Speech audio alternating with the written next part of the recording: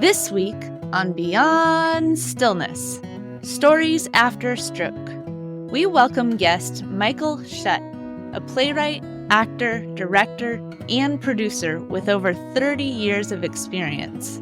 Michael wrote and performed the autobiographical solo show entitled A Lesson in Swimming that takes audiences inside his brain as it breaks and invites them to experience how deep the cracks really go. In this episode of Beyond Stillness, we delve into the world of invisible disabilities, the challenges that can't always be seen but are deeply felt. Today's guest, Michael Shutt, survived 3 strokes, but his journey didn't end with survival. It began there. His experience of living with vision loss, face blindness, and sensory overload has given him a unique perspective on life, identity, and the profound need to feel seen. Michael shares the ways he navigates a world that often misunderstands him and reveals the strategies he's developed to stay connected, not just with others, but connected to himself. Through his story, we learn how authenticity and truth-telling can lead to visibility, resilience, and ultimately, purpose. So settle in, listen closely, and discover the magic of making the invisible visible. Today's story is entitled The Magic of Authenticity. Thank you for joining us for Part 2, Michael Shutt's interview.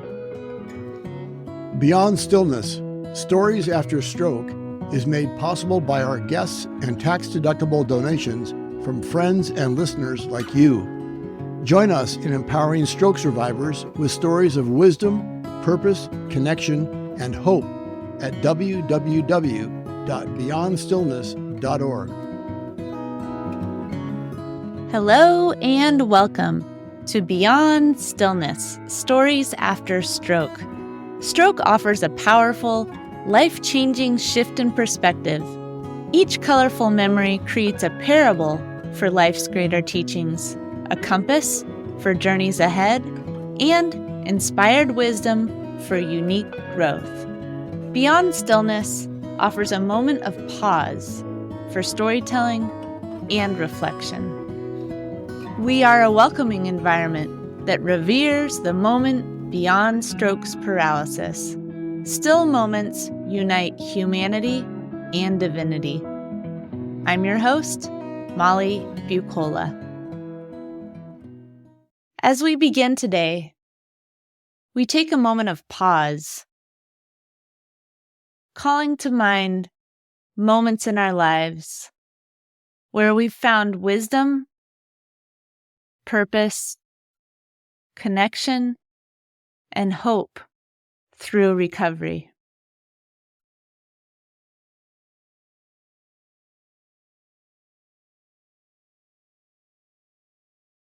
And we give thanks. And now, Michael Shutt's interview. Wow, Michael. Thank you for sharing your story. You are so vulnerable in a way that is powerful, and it empowers others too. How did you develop the courage to be so vulnerable? Oh my gosh. I don't know if you develop courage to be vulnerable. I think, I've been a performer for so long. And like I said in the piece, like so much of good performing, good acting is about exposing parts of yourself. And so you have to be vulnerable like that. That's part of the job. And it's just something that evolved over time. I think I didn't hop on the stage the very first day when I was a teenager and feel comfortable being vulnerable. That was something I had to learn over time. And it takes courage, and it takes being safe, and it takes, I don't know. I was going to say it takes vulnerability. That's a little redundant. Growing up the way I did in New England, very Boston Irish Catholic. We do not share feelings and emotions. We push everything down. Like you do not share your feelings. And when I first started acting, there was a freedom there. All of a sudden I was like, oh, I can share my feelings. I can expose this. There was a safety net of ironically, I talk about like how like I was quote unquote playing characters before, but there was something to it, being able to do that through a character. And then after doing that over time, you start to reveal a little more and reveal a little more and reveal a little more. Yeah, I think that's where it came from. And it's interesting when I listen to your thoughts. Well, a lot of your writing sounds like your thoughts. When I listen to it, what's inside of your head? Yeah. You are able to be vulnerable with yourself. And some people don't let ourselves go there, ask those questions, say those things. And you allow yourself, whether it be in your mind or on paper, space to say what's truly nagging at you or what makes you feel alive. How does someone start when they're not used to that? How do the Irish Catholics start? Years of therapy. And honestly, I forget how this has to have been over 20 years at this point, but I did the Artist's Way a long time ago. And one of the tenets of the Artist's Way is morning pages, where you just get up every morning and write. And the way she does it is in the book anyway, is writing longhand in a notebook. And I can't do that anymore. So I type instead of filling up a certain number of pages. I set a timer for 15 minutes and I just start writing and just let whatever comes out come out, and you don't judge it. And half the time you don't even go back and read it. You just let it come out. And then of course I'll go back and read it months later and be like, oh, I can use that in something, or I can use that, or that's a funny line.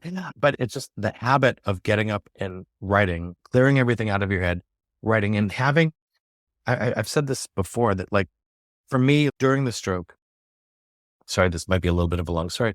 I had a friend once that asked me if during the time of my stroke that I was allowed to have my feelings about it. And it was such a surprising question. I did not expect that. And I looked at him and I said, no, I actually wasn't. Because everyone was telling me how to feel, how I should feel, how I shouldn't feel, things like that. And that's when I started writing. Well, I was doing morning pages anyway, but I realized that the blank page was my only safe space, because the blank page didn't tell me what I should feel. The blank page didn't judge me for what I was saying, or didn't tell me that I shouldn't feel a certain way. So I could put everything onto the page and process it that. And it was my own little secret. Like, okay, if you want me to behave this way, fine. I'm going to tell the truth to the blank page. We're going to have a great conversation. I think that's a lot of how I did it. So what does that look like in the morning? Where do you... Messy. Very messy. So you wake up and you make yourself a cup of coffee, and then you sit at your computer. Set a timer for 15 minutes. I have my cup of coffee. I put on usually the Bridgerton soundtrack, because it's all pop songs that have been covered by string quartets. I can't have lyrics playing, but it's music that I'm familiar with and make me comfortable. And I hear it in the background. That's beautiful. And well, it is, but there's season 2 of Bridgerton. The first song on that playlist gives me heart palpitations. It's so fast. It goes so fast. And all of a sudden I find my hands like going like death, like, and you're drinking coffee. And I'm drinking coffee. I'm like, okay, I got to pick a different song. I got to start. I can't start on this one every day. But yeah, that's my ritual. Wow. Yeah. And when do you go back to read it? I don't. I almost never go back and read the morning pages. Every so often I'll highlight something. I'll copy and paste it and put it into another document, like either something I want to talk to my therapist about, or something I was like, oh, I want to write about that. I hadn't thought about that. I want to write about that. So I'll like copy and paste and put in something else. But I rarely ever go back and read the morning pages. I think part of the trick of the morning pages is to write them and to not go back and look at them, because it frees us up from the critic, our own internal critic, because it's so easy to go back and be like, oh, I spelled that wrong. That's not a sentence. Or I should have said this instead of that. And I'd just rather get it all out and not judge it. Wow. And you've been acting since you were a kid, or a teenager. Have you been a writer since then also? No, I wanted to be a writer first, I think. I always wanted to be an actor. But I just love anything creative. I love storytelling. I love creating worlds and being in stories and things like that. But my AP English teacher, my junior of high school, told me point blank that I would never be a writer. And for some reason, and this is so not me, I believed her. And so I switched most of my focus to acting at that point. Acting and music. I played a bunch of musical instruments and I was very into music. So I just put writing on the back burner. And then over the years, like just sort of like writing birthday cards, or I've written 2 best man speeches and 4 eulogies. And every time I do, I get compliments on them. A eulogy is not something you want to get a compliment on. It's also not a writing assignment you ever want to get. But people kept telling me, you should be a writer. You should be a writer. I was like, no, I'm not a writer. When I was in UCLA, I got my MFA there in acting, and our final project, we all had to write and perform our own solo show. And the year that I was there, we happened to have some incredible guest teachers, like Pulitzer and Tony Award winning directors and playwrights and actors were our teachers. And after my solo show, one of the people who is a Tony and Pulitzer Prize winning playwright came up to me and congratulated me. He's like, Michael, the writing was spectacular. You really need to focus on writing. What I heard was, you're not good enough to be an actor to make it, so you should have a backup plan. And that's what I heard in my head. That's not what he said at all. Right. I shut off the writing at that point. I was like, nope, I'm focused on acting. Yeah. And it wasn't until I had the stroke. I hadn't written until I had the stroke. And a lot of that came from needing to share these stories, how do I say it?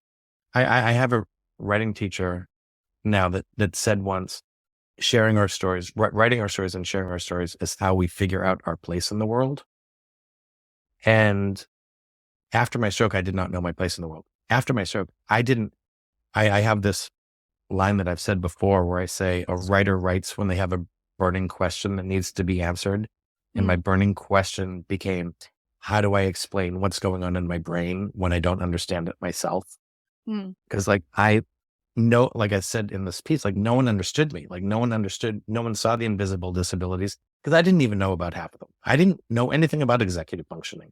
I didn't know that I had short-term memory loss. I didn't know I had all the attention deficit and all these things. I just knew that I wasn't processing things the way that I used to. And so I started writing about things just to figure it out. And then the writing took on a life of its own a little bit. You said at one point that after your stroke, you wrote to figure out your place in the world. Do you feel like you knew your place in the world before the stroke? That's a good question. I think I had resigned myself to what I thought was my place in the world before the stroke. And then the stroke changed everything. I should clarify because I had 3. The third one, I don't even really remember. I had that in my sleep in the hospital. I woke up and that everything was changed. But the first 2, the first stroke I had when I was having it, I didn't even know what a stroke was. So I'd never crossed my mind I was having a stroke. The second one was huge and I knew exactly what was happening because I had already had one. And that was the day that I'm still convinced because I was in the car by myself. I wasn't driving. I was sitting in the car and I felt someone in the car with me. And I have been told by some people that may have been a guardian angel or something like that. I felt that it was death. I felt that death was sitting there in the car with me, ready to take me. And I kicked him out of the car. I'm like, I'm not going. I'm not ready. Get out. Get out of my car. You're not like, I'm not going with you. Get out. And that was, for those of us that have gone through this, that is the closest we've probably been to death. And yeah, like I said, I wasn't ready to go. And all of a sudden I realized there was so much more I wanted to do. There was so much more I wanted to not just accomplish, but there's so much more good I wanted to do. Like I felt like I hadn't been used yet. Like I hadn't been used correctly yet.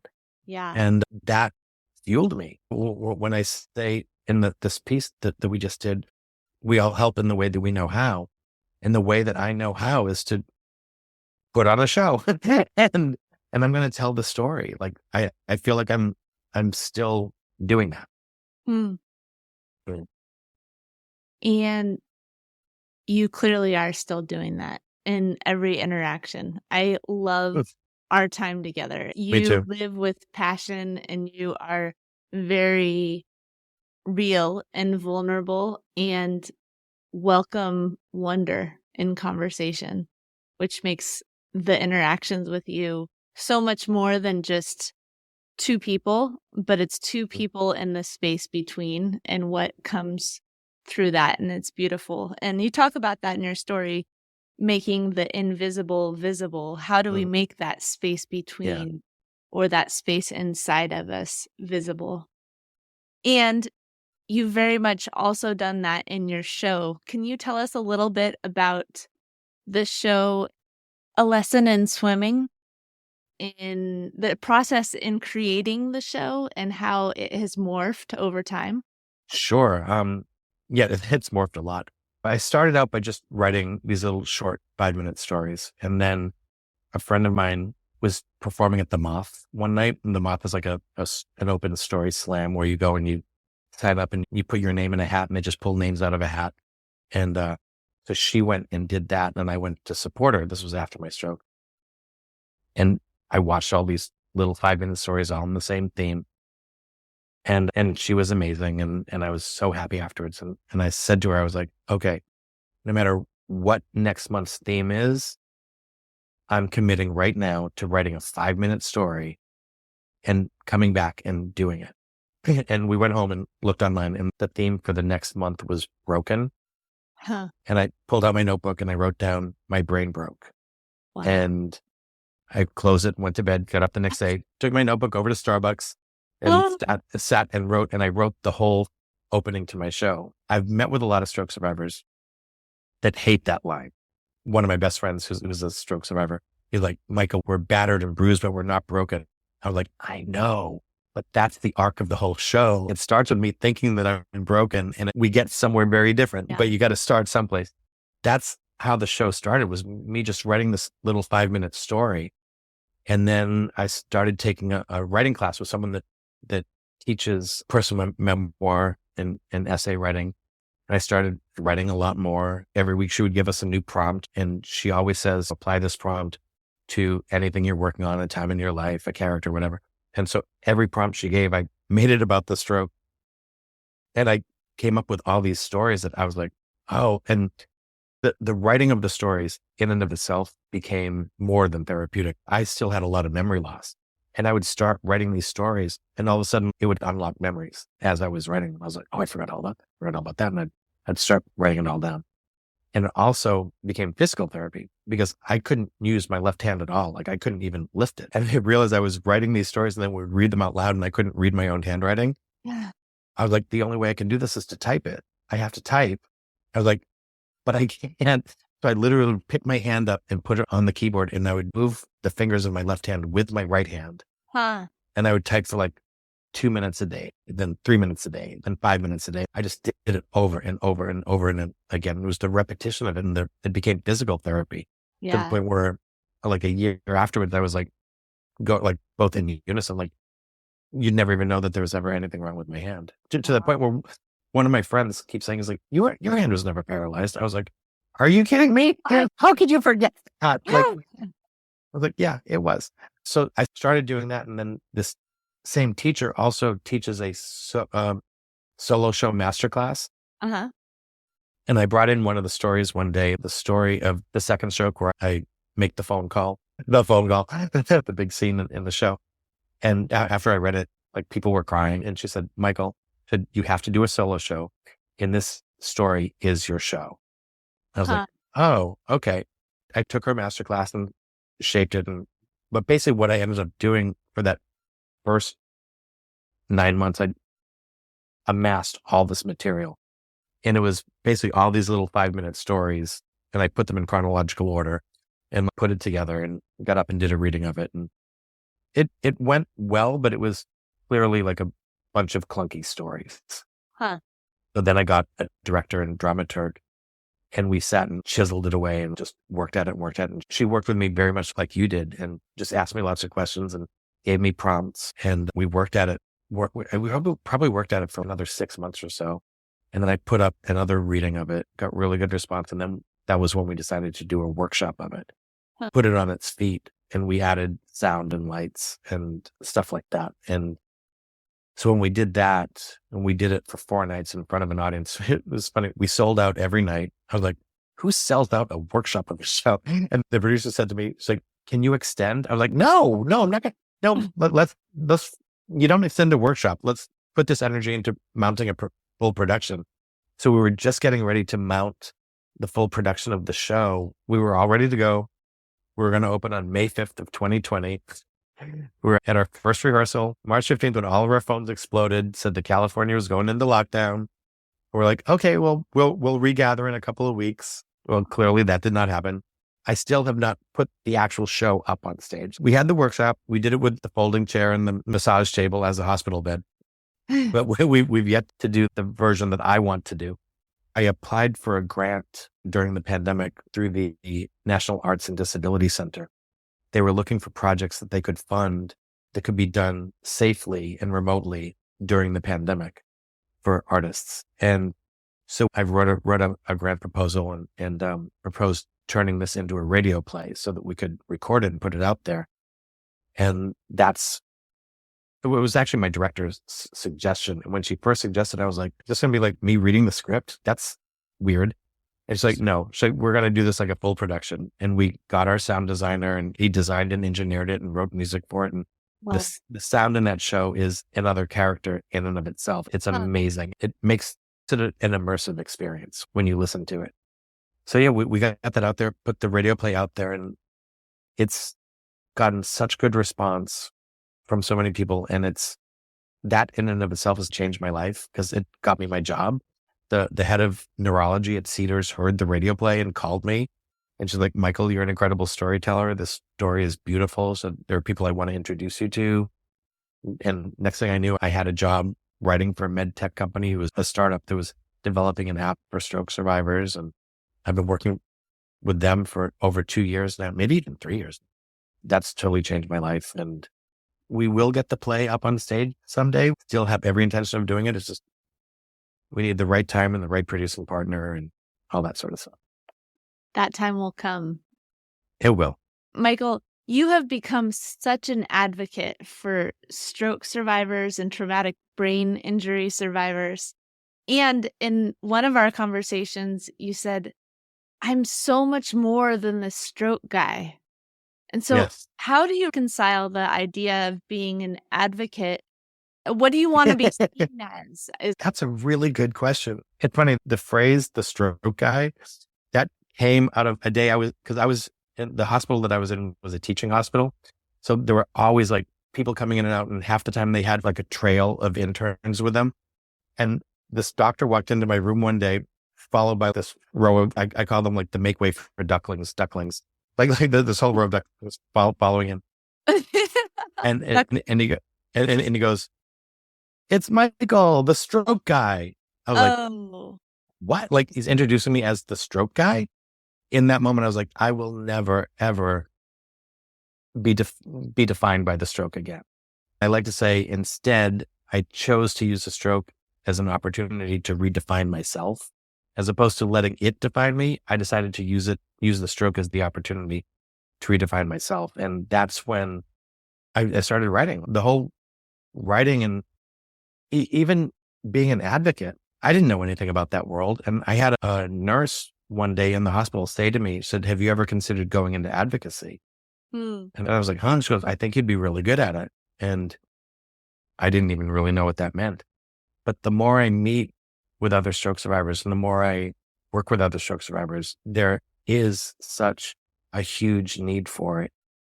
Like I said in the story, there's that sense of loneliness after stroke because you don't feel that anyone understands you.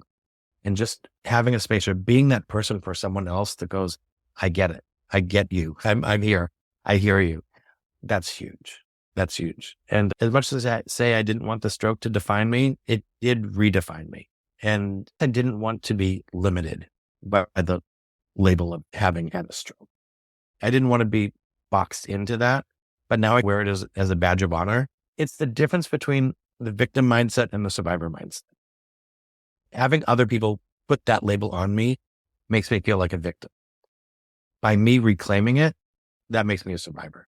I've had people say to me, stop playing the victim. I'm like, oh, I hate that word. I hate that phrase. But there is a moment, the moment you have the stroke, you are a victim. You have become a victim in that moment. The very next moment, you've lived, you've survived. And that's when you switch from being a victim to a survivor. And I let that victim mentality go. And most of it is projection of other people put on me. And I'm like, sorry, I don't accept that. Right? I don't accept that. Until you've walked in my shoes, you don't get to say that. I think there's something very powerful about claiming and reclaiming the survivor mindset versus the victim mindset. And you've done that again and again and again in the ways that you've chosen to use your voice, your time, your relationships. I loved the phrase, stroke was my opportunity to redefine myself. Mm-hmm. My hope is that all stroke survivors use that as an opportunity to redefine themselves in their own way. Yep. Michael, thank you so much. Wally, thank you. Yeah, I have so enjoyed my time with you over the last couple of months. Me too. Yeah. I'm in awe of everything that you've done from the heart in such a public manner to give voice to what's going on inside of you, but also offer an opportunity and space for other stroke survivors to share their stories and their experiences in a very intimate way. Thank you. I got to say right back at you. Thank you so much for the space that you've created and for the opportunity and just for this process and this way of connecting and sharing. This has been such an incredible opportunity and you create such an incredible space. This has been the highlight of my week every week. It's been such a little moment of light having this hour with you every week. It's been incredible. Just because it's over doesn't mean we can't stay connected. So thank you. Wow. Storytelling empowers us to share our experiences in a way that invites others to reflect on their own. In closing, we offer reflection questions as an opportunity to spark dialogue with yourself, friends, family, or fellow stroke survivors. In a moment, I will read questions aloud, and you can also find them written in the podcast episode description. Now, community conversation prompts. Who makes you feel truly seen and heard? How do they create a safe space for you to express yourself authentically? When have you created space for others to express themselves authentically? And how did it deepen your connection? Again, this is a challenge for you this week. Try to spark a dialogue with yourself, friends, family, or fellow stroke survivors. Create community. Beyond Stillness, Stories After Stroke is made possible by our guests and tax-deductible donations from friends and listeners like you. Join us in empowering stroke survivors with stories of wisdom, purpose, connection, and hope at www.beyondstillness.org. Another way to support is to like, share, or subscribe to our weekly show. Again, thank you for devoting time and space for this week's episode of Beyond Stillness, Stories After Stroke. For the full story, please listen to Part 1, Michael Shutt's story. Each colorful memory creates a parable for life's greater teachings, a compass for journeys ahead and inspired wisdom for unique growth.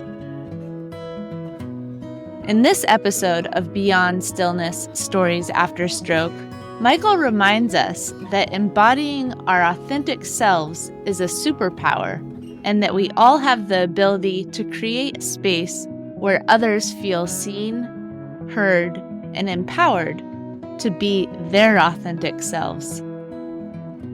It's in these moments of true connection that something magical happens. We realize we're never alone on our journey. Remember, as part of the stroke community, you are more than supportive. You are inspirational. If this episode resonated with you, please share it with others and consider donating to Beyond Stillness, Stories After Stroke. If you are part of the stroke community and have a story you'd like to share on the show, please contact us. Email molly@beyondstillness.org.